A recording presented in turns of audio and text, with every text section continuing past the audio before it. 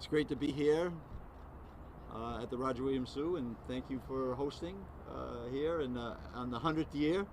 You know, the 100th year anniversary. We want to make sure that we're highlighting all our locations, all our destinations in the state of Rhode Island, and here to be here today is one of our great destinations for people in the state. So we want to continue to provide relief to Rhode Islanders right now and making long-term fiscally responsible investments in Rhode Island's future.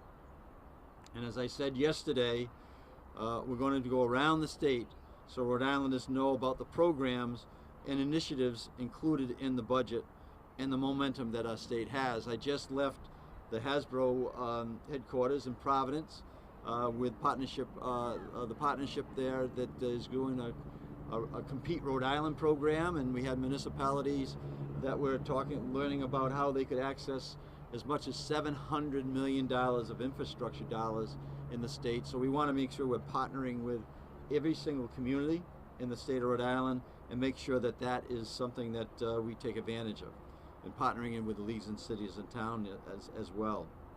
But today we're talking about electric vehicles and the climate. And I'm proud to kick off our Rhode Island Momentum Tour by launching Drive EV, my administration's new electric vehicle rebate program, which will open on July 7th, 2022, just in a few days. So Drive EV supports the adoption of vehicles, electric vehicles, by Rhode Island residents, small businesses, nonprofits, and public sector entities. The rebates will help reduce the cost of electric vehicles for consumers, and with additional incentives available for those with lower incomes, making EV ownership more affordable to a greater number of Rhode Islanders. Electric vehicles also help reduce carbon and other harmful emissions in our neighborhoods, particularly for those living in climate justice communities.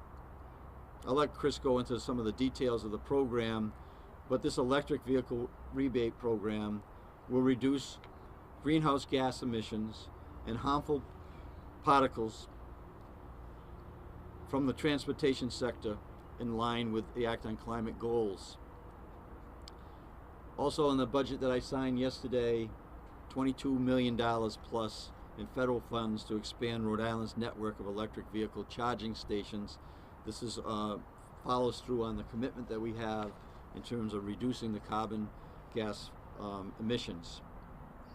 So with that, I'll turn it over to Chris for details on the office from our Office of Energy Resources to tell Rhode Islanders more about this program and how they can get these rebates. I think you remember a few weeks back that we said that we would be launching this program, and Chris has been working very around the clock to make sure that we're taking advantage of everything that's in the budget, but also to make sure that we support the effort of the Act on Climate, and part of that is to get electric vehicles on our roads in the state of Rhode Island over the next several years. Chris? Thank you, Governor. Again, thank you, Governor, for the introduction, and thank you for your climate leadership. Governor, since you signed the Act on Climate last year, the Office of Energy Resources has been working to advance important greenhouse gas emission reduction strategy targets across our electric, heating, and transportation sectors. We've been collaborating across the administration through the EC4, the Executive Climate Change Council, along with energy and environmental stakeholders and lawmakers, and engage citizens to explore needs of our community as we develop vitally important pathways towards a zero-emission economy by 2050. Just for general background, there are currently 5,627 electric vehicles registered in Rhode Island, and we wish to see that number grow. We're excited to announce today we're going to be providing $1.25 million in electric vehicle rebates to local residents, small businesses, nonprofits, and public sector entities. Drive EV will support the purchase or lease of new and used electric vehicles that will help reduce our greenhouse gas emissions from the transportation sector. When the program launches on July 7th, eligible applicants may be eligible for up to $2,500 for a new or a leased battery or fuel cell electric vehicle.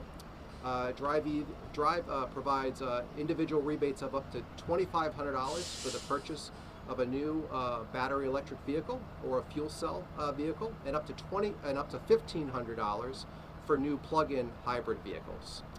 We are also including used vehicles as well. The Drive program offers rebates up to $1,500 for the purchase or lease of a used battery electric vehicle or a fuel cell electric vehicle, and up to $750 for plug-in hybrid vehicles. Drive rebates are reserved and awarded on a first-come, first-served basis. We are also mindful that many of our neighbors wish to participate in the fight against climate change, but find some investments just out of reach. Therefore, we are providing additional incentives up to $2,000 for Rhode Islanders participating in state or federal income qualified programs or meet income eligibility requirements. But it's not just individuals who will be able to participate in this program. Our fleet incentive structure will support EV adoption by Rhode Island small businesses, nonprofits, and public sector entities. We are providing additional incentives to those entities and municipalities with high asthma rates in the state due to traffic exposure, including the cities of Central Falls, Cranston, East Providence, Pawtucket, and Providence. And as the governor mentioned, in addition to the launch of the EV car rebate incentive program, we are currently working on the implementation of the electric vehicle charging infrastructure program with the federal dollars.